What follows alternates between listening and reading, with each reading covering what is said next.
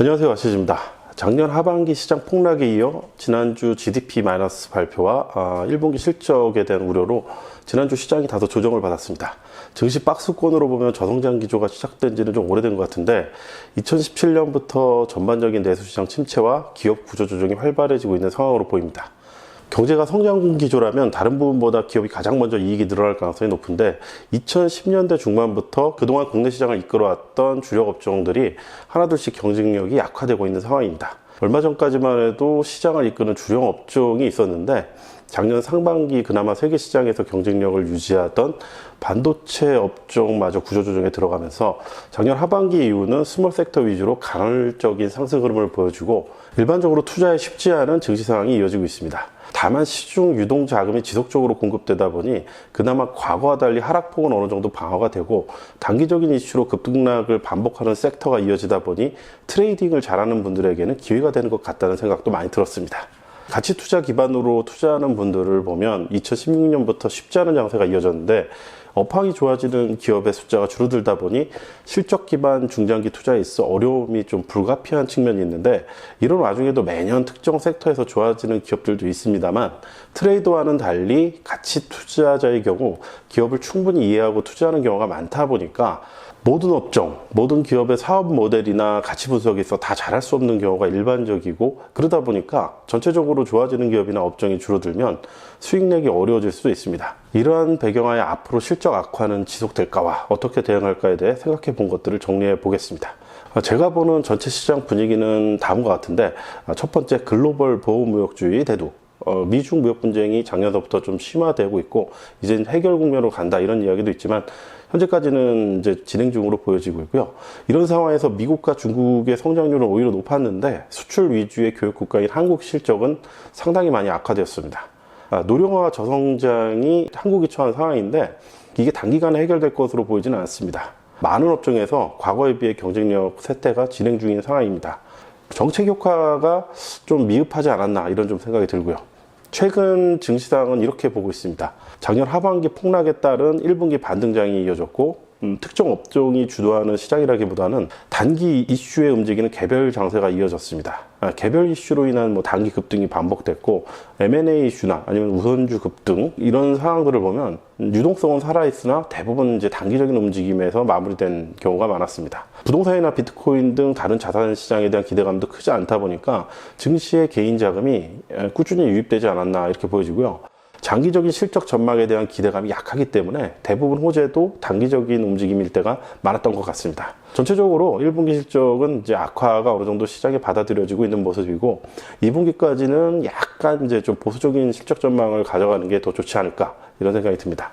현재 상황에서 이제 생각해 볼 문제들을 좀 점검해 봤는데 현재 상황에서 생각해 볼 문제들을 좀 정리해 봤는데 인플레이션을 저는 진짜 유익 있게 보고 있습니다. 유가 상승이 계속 이어지고 있는데 미중 무역 분쟁이 마무리될 경우에 이에 대한 결과로 미국산 셰일가스의 중국 수입 증가가 장기간 이어질 것 같은데 이 경우에는 미국 국익으로 볼 경우에는 유가 상승의 가능성이 좀 있어 보입니다. 최근에 이란 제재가 강화되고 있고 IS라든가 중동 테러 조직들에 대한 국제기사가 과거에 비해 작년, 재작년에 비해 상당히 늘어나고 있는 상황인데 중동 위기가 점차적으로 가시화될 경우에 유가 상승이 될 가능성이 높고 이 부분은 인플레이션에 영향을 줄 가능성이 높다고 보여집니다. 이 상황에서 현재 국내는 내수 경기 안정화를 위해서 정부가 그 유가 보조금을 지급을 하고 있었는데 그래서 지금 다른 물가에 비해서 유가가 상당히 싼 편입니다. 정부의 유가 보조금이 8월 정도로 해서 어느 정도 마무리될 것으로 지금 발표가 되어 있는 상황이기 때문에 9월 이후에는 유가 상승에 대한 영향을 고려해 볼 필요성이 있습니다. 2015년에서부터 2017년에는 부동산과 이제 집가 상승이 이제 크게 올라가면서 임대료 증가라든가 여기에 따른 이제 비용 문제가 발생을 했고 2018년서부터 19년까지는 인건비 상승이 비용 증가에 상당히 영향을 미쳤습니다. 최근 몇 년간 GDP는 꾸준히 상승했는데 인플레이션의 영향이 커 보이고 이로 인한 비용 증가와 이익 감소를 고려를 해서 인플레이션의 변화를 고려한 투자 전략을 좀 생각해 봐야 되지 않나 이렇게 좀 생각을 해봤습니다. 두 번째로 이제 유익 있게 보는 게 환율인데 기업 경쟁력이 약화되고 있음에도 불구하고 달러 강세 기조 효과가 생각보다는 크지 않았습니다.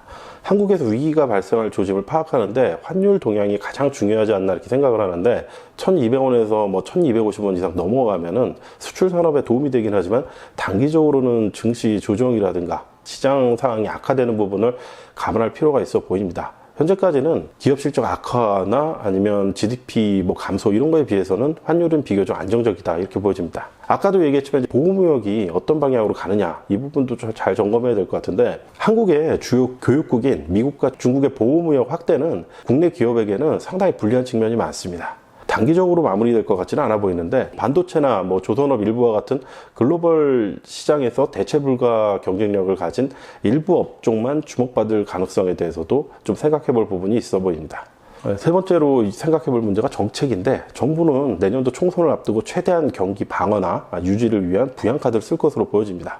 재정투시 적자가 서서히 가시화되고 있어서 일정 시점 이후에는 정부발 부양책은 약화될 가능성이 있다고 보여집니다. 금리 정책, 내수 부양 카드를 유의 깊게 관찰할 필요가 있고 아마 경기가 정말 1분기에 이어서 2분기 실적까지 안 좋아지면은 하반기에는 한은에서 금리를 동결하거나 소폭 낮출 가능성도 좀 있지 않을까 이런 부분을 체크해 볼 필요성이 있고 이 경우에는 현재 실적이라든가 상반기 실적이 안 좋더라도 증시에는 호재가 될 가능성이 있어 보입니다. 대표적인 경기 부양책 중 하나인 토목 관련해서는 GTX 외에 실질적으로 진행할 만한 것들이 크게 보이진 않는데 남북 경협 같은 경우는 진행되면은 호재일 가능성이 높지만 변수가 많아서 진행 여부나 시점 등을 예상하기는 좀 어려운 점이 있습니다. 트렌드 변화를 한번 체크해 볼 필요성이 있는데 완연한 노령화나 저성장은 국민 모두가 어느 정도 체감하고 있는 부분이고 국내의 그 산업 기반 자체도 제조업 구조에서 많이 바뀌어가고 있는 이런 모습을 보여주고 있고 소비 문화나 이런 경우에도 소유에서 경험이라든가 콘텐츠라든가 디지털 기반의 소비가 확산되고 있는 모습이 보여지고 조기 은퇴, 워라밸, 그리고 엔잡 여러 가지 일들을 같이 하는 이런 문화 변화가 시장에 어떻게 영향을 미칠까도 한번 생각해 보고 있습니다.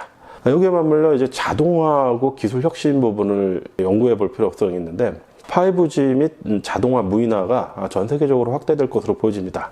고령화로 인한 생산성 감소를 어느 정도 대처할 수 있는지 유의 깊게 관찰할 필요성이 있다고 생각이 되고 이제 이런 생각이 들어요. 사람들의 하는 일들을 자동화라든가 로봇, 디지털로 다 대체가 되게 되면은 여기에 대한 소득 분배는 어떻게 가고 이로 인한 생태가 변하게 될 경우 과거의 그 1차 산업혁명이라든가 아니면 정부화 혁명 때 빈부격차라든가 양극화가 상당히 심화가 됐는데 초기의 기술 혁신에서 발생할 수 있는 이런 부분이 투자에 있어서는 기회가 될 수도 있고 이 상황에서 적절하게 대응하지 못하면 상당히 뒤처질 수 있는 부분도 생각해 볼 필요성이 있다고 생각합니다.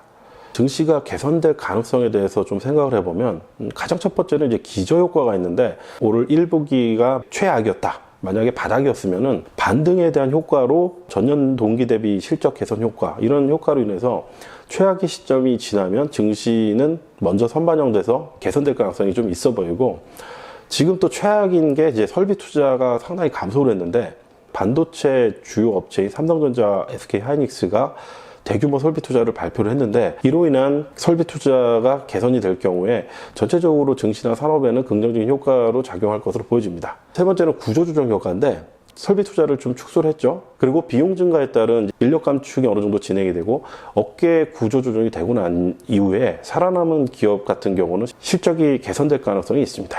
네 번째는 경기 부양인데 돈을 계속 풀다 보면은 경기 방어가 어느 정도 유지가 되고 개선되는 효과가 어느 정도는 있을 것 같지만 장기적으로 이어지기는 어려운 점을 고려해 볼 필요성이 있는 부분이고 다섯 번째는 인플레이션입니다. 아까 생각해 볼 주제에서 가장 먼저 얘기했던 인플레이션인데 물가가 오르다 보면 순차적으로 돌아가면서 자산시장이 상승하는데 부동산에 이어 증시로도 자금이 몰리게 될 경우에는 실적 개선이 좀 약하더라도 단기적인 버블을 가져올 수 있는 소지도 있습니다.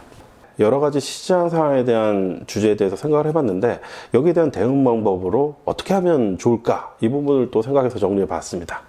가장 첫째는 더 집중해서 종목을 발굴하고 투자 기업을 찾는 노력을 하는 것인데 좀 더 열심히 상황이 좋아지는 기업을 발굴하기 위해 노력을 하면 웬만한 약세장이라도 좋은 기업은 있기 마련이기 때문에 20년 이상의 일본 저성장기에도 유니클로라든가 소프트뱅크, 환학, 일본자산 같은 크게 성장한 기업들이 나왔는데 한국 시장에도 그러한 기업들이 나올 것이라 생각이 됩니다. 두 번째는 박스권 매매로 대응하는 부분인데, 장기 실적 기대감이 약한 시기이기 때문에 상황 개선 조짐이 확실해 보일 때까지는 박스권 매매가 어느 정도 필요할 수가 있어 보입니다. 그 다음으로는 이제 기대감을 낮출 필요성이 있습니다. 목표 수익률을 낮추거나 상황이 개선될 때까지 수익 실현 기간을 길게 보는 것도 하나의 방법이라고 생각을 합니다. 판단이 제대로 서지 않을 경우에는 현금 비중 늘리는 것도 나쁘지 않은 방법이라고 생각을 합니다. 기업 성장 및 시장 전망이 불투명할 경우에는 현금 비중을 늘리고 상황이 개선될 때까지 일정 부분 좀 쉬는 것도 하나의 투자라고 생각을 합니다.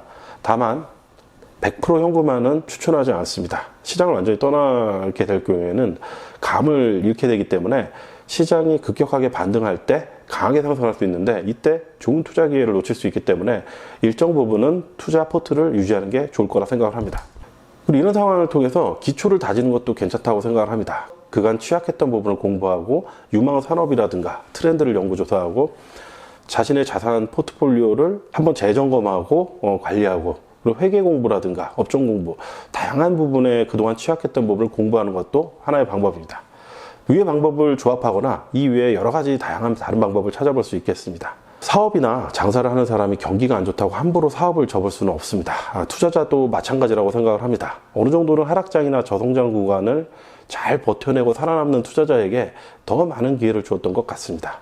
다만 시장이 안 좋을 때 시장에서 완전히 퇴출되지 않도록 무리한 투자를 자제하고 레버리지를 줄이거나 최악의 상황이 발생하더라도 살아남을 수 있는 방안을 염두에 두어야 한다고 생각을 합니다. 항상 즐겁게 투자하고 성장하는 투자자 되세요.